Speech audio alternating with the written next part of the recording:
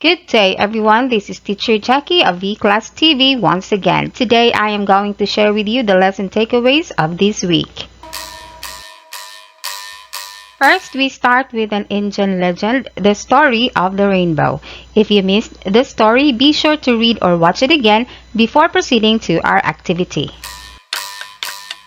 For this part, you are going to read the following sentences and pay attention to the words in bold and in italics.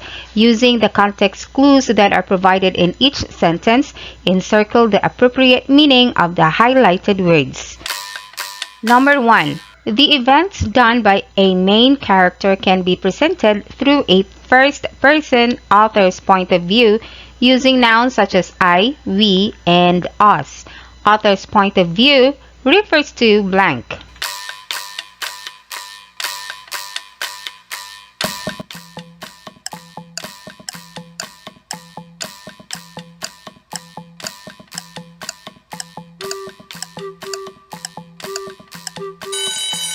For the story to be properly understood, the teacher presented it in a sequential plot.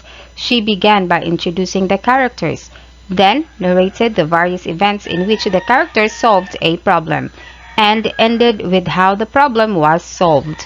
Sequential plot refers to blank.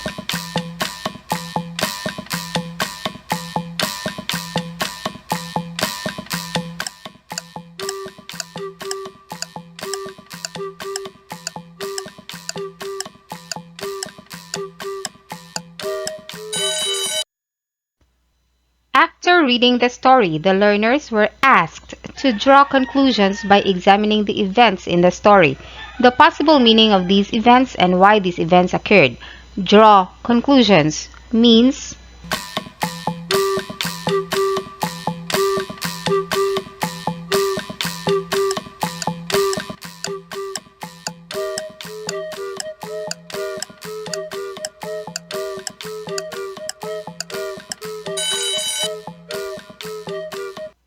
to be able to draw or infer conclusions. The denotative or dictionary meaning of words used in a story must be analyzed.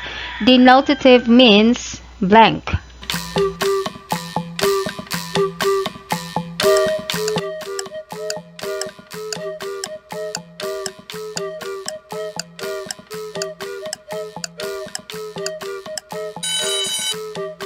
Aside from the denotative meaning of words, the connotative meaning used in a story should also be analyzed.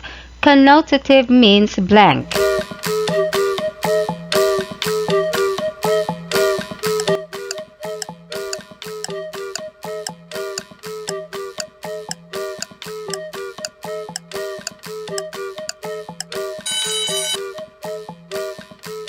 In the story of the rainbow, what is the author's point of view?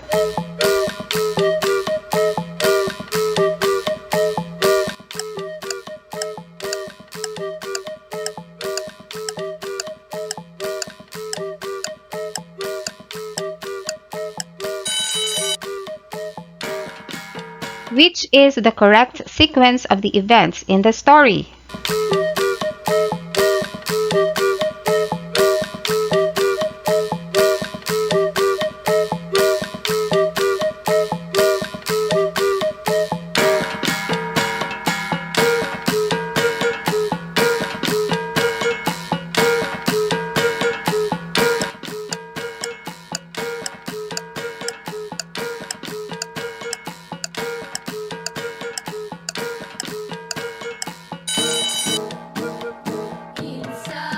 Then Rain spoke, "You foolish colors, fighting among yourselves, each trying to dominate the rest. Do you not know that Creator made you all?" This could mean that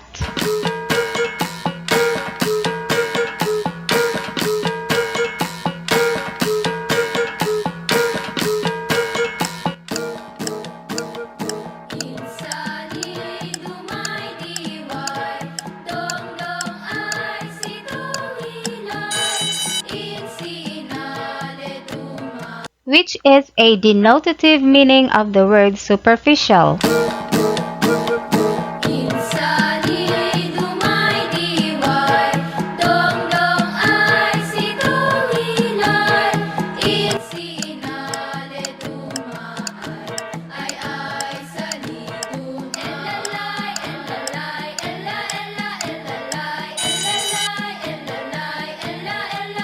Orange started next to blow her own trumpet. The idiomatic expression blow her own trumpet means blank.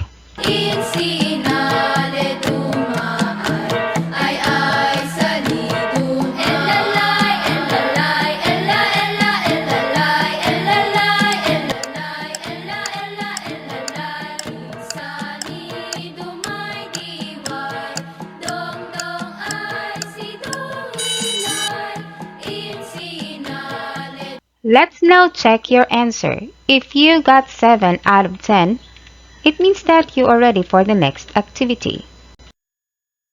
Remember, noting details is the ability to answer who, what, where, when, why, and how questions.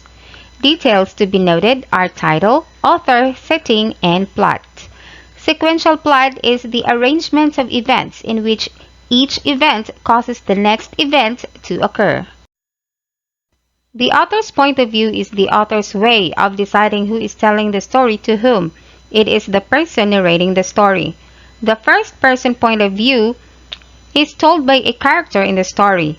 This one uses I, we, or us. The second person point of view uses a narrator to address the reader. This one uses you, your, or yours. The third person point of view is told by a narrator that is not in the story. This uses he, she, or the names of the characters in the story. Genre is the way literary texts are grouped, fantasy or reality. Theme is the main idea of the events happening in the story. It is the message or the lesson of the story. For example, love, honesty, friendship. Summary is the shortened version of the literary text made by the reader. This includes the main characters, problem they met, the resolve, and how the story ends. Have you read the story, The Magic Bahag by Chino Marlo Sayuno? Let's try to apply what you have just learned by completing the chart.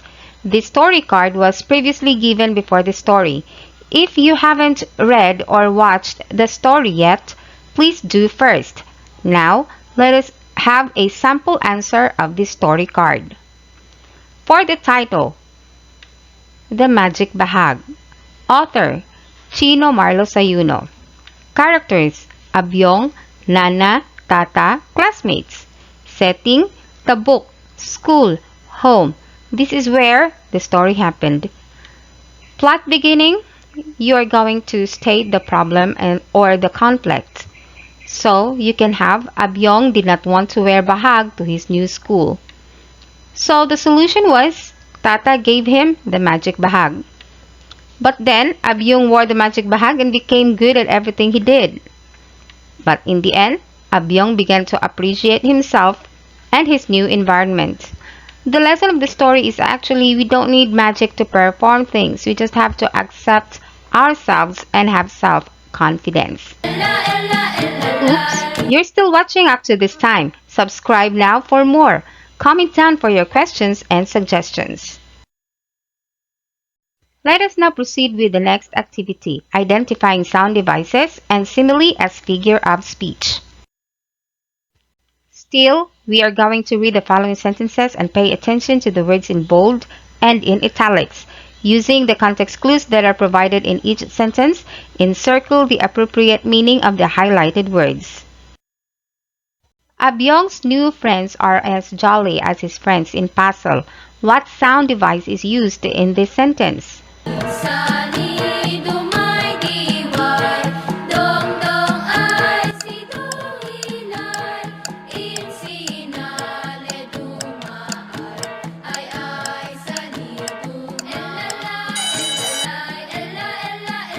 Green grass grows on the hillside. What sound device is used in this sentence?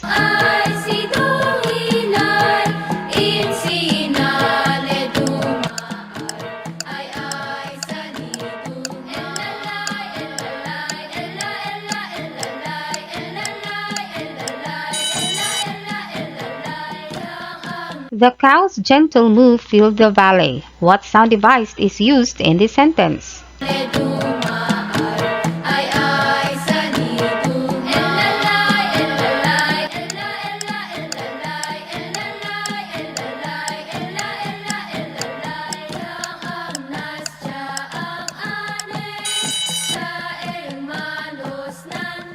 bananas have grown big. What sound device is used in this sentence?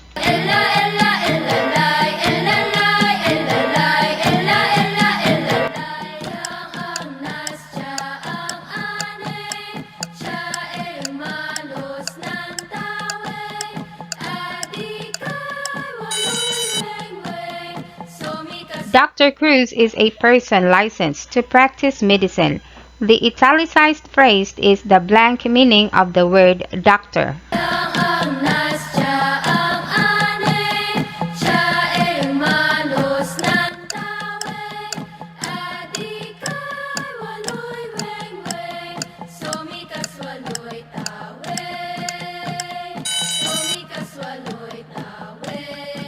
Uncle John is the best healthcare professional in Polomedic Hospital.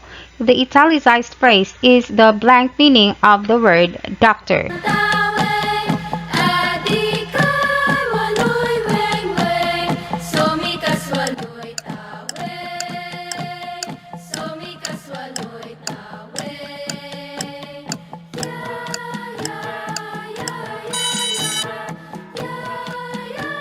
Abyong's family moved to Tabuk for better job opportunity. This could mean that blank.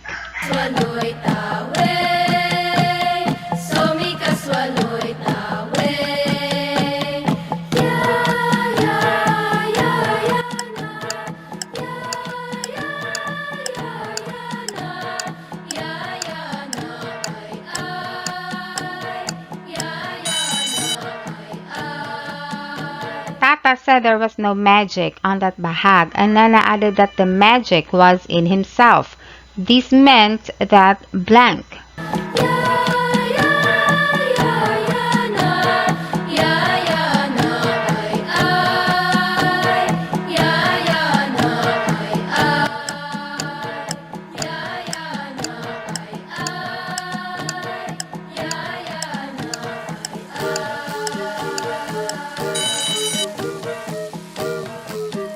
What is the genre of the story The Magic Bahag?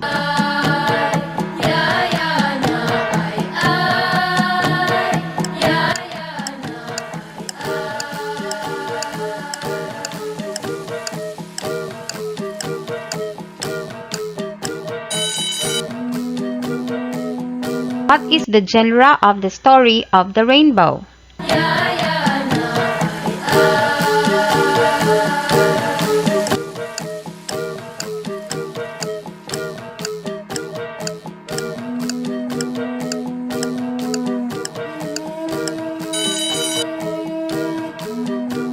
Let's now check your answer.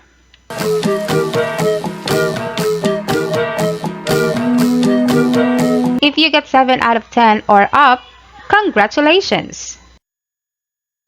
Although The Magic Bahag may sound like a fantasy story, the characters, settings, and situations are based on real life.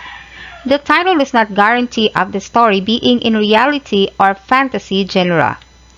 Figure of speech is a literary device that is used to describe details in a story, objects, events, or people.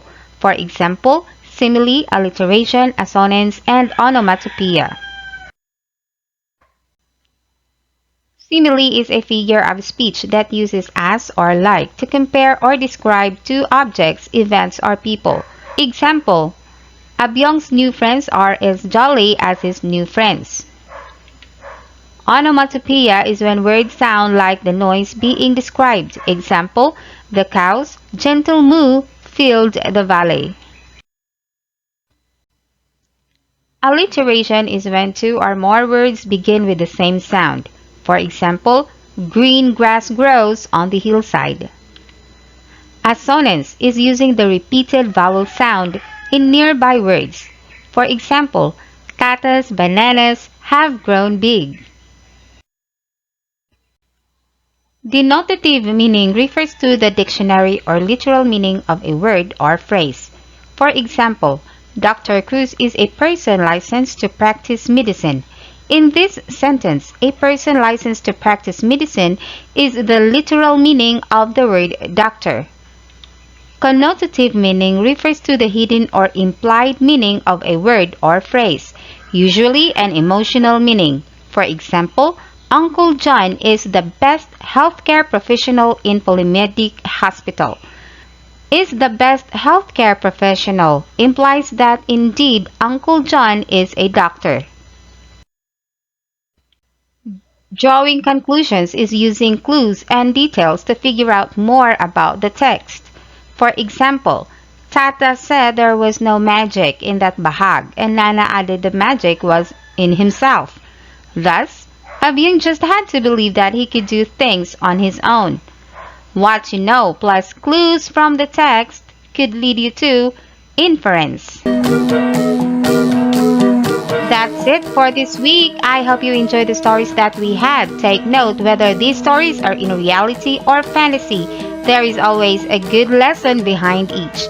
Stay tuned for the next lesson. This has been Teacher Jackie. Discover, learn, have fun only at V-Class TV.